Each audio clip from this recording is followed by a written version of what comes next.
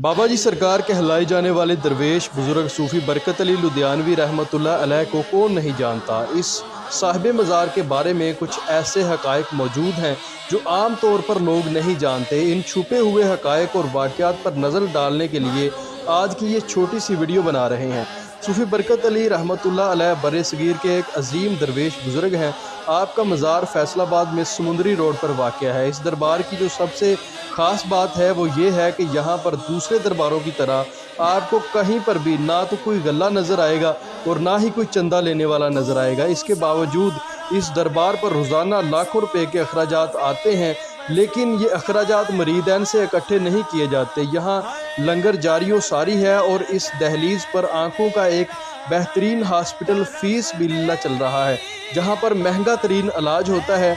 दरबार शरीफ के अहाते में दाखिल होते ही एक रूहानी कैफियत सी तारी हो जाती है और दरबार शरीफ में होने वाले ज़िक्र में अगर आप बैठ जाएं तो आपका उठने को दिल नहीं करेगा। नाज़रीन, सूफ़ी बरकत अली रहमतुल्लाह अलैह की अहले बैत से मोहब्बत का आलम देखिए।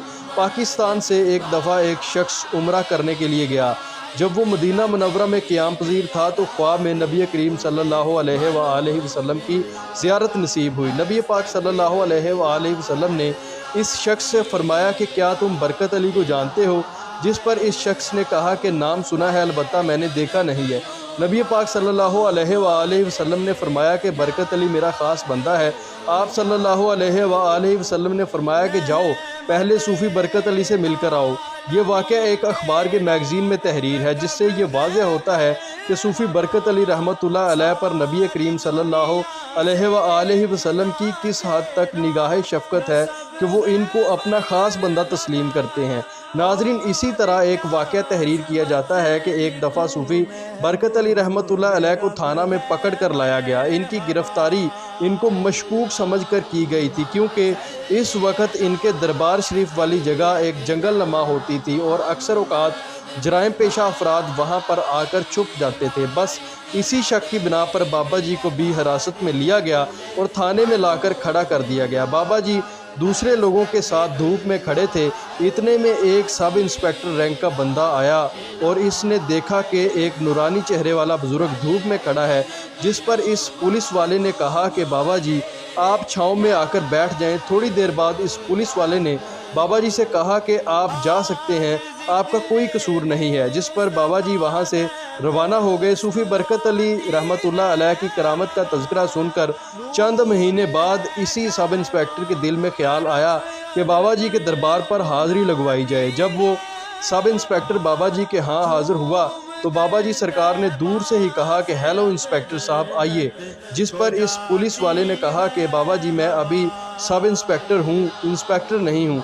तो बाबा जी ने कहा कि तुम्हें याद होगा कि तुमने मेरे साथ एक मरतबा नेकी की थी, जाओ मैंने तुम्हें इंस्पेक्टर बना दिया, आज से तुम सब इंस्पेक्टर नहीं बल्कि इंस्पेक्टर हो। नाज़रीन, वो पुलिस वाला जब थाना पहुंचा तो इसकी तरक्की के अहकामात जारी हो चुके थे। नाज़रीन, इसी तरह किसी ने बाबा जी से पूछा कि बाबा जी आप कोई काम नहीं करते और दरबार शरीफ पर लाखों रुपए के अखराजात आते हैं, जबकि आपने जो कुतुब लिखी हैं वो 40 से 45 लाख रुपए की लागत से लिखी गई हैं, जबकि आपके पास तो पैसे नहीं हैं, तो इतने पैसे आपके पास कहाँ से आते हैं? जिस पर आप रहमतुल्लाह अलैह जलाल में आ गए और सर मुबारक पर रखी हुई खाकी टोपी को हल्का सा सरकाया और हज़ारों नोट नीचे गिरने लगे। देखते ही देखते नोटों का ढेर लग गया और वो लोग देखकर हैरान रह गए। जिस पर आपने फरमाया कि हमारी रोज़ी परिंदों की तरह है, जो सुबह भूखे घोंसलों से निकलते हैं और शाम को सर होकर वापस लौटते हैं। नाज़रीन, ये वही सूफ़ी बरकत अली हैं जो नबी करीम सल्लल्लाहु अलैहि वसल्लम के ख़ास आदमी हैं। आपके दरबार पर हर वक्त ज़िक्र व अज़कार की महफ़िल सजी रहती है।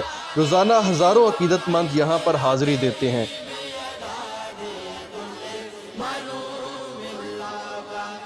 أستغفر الله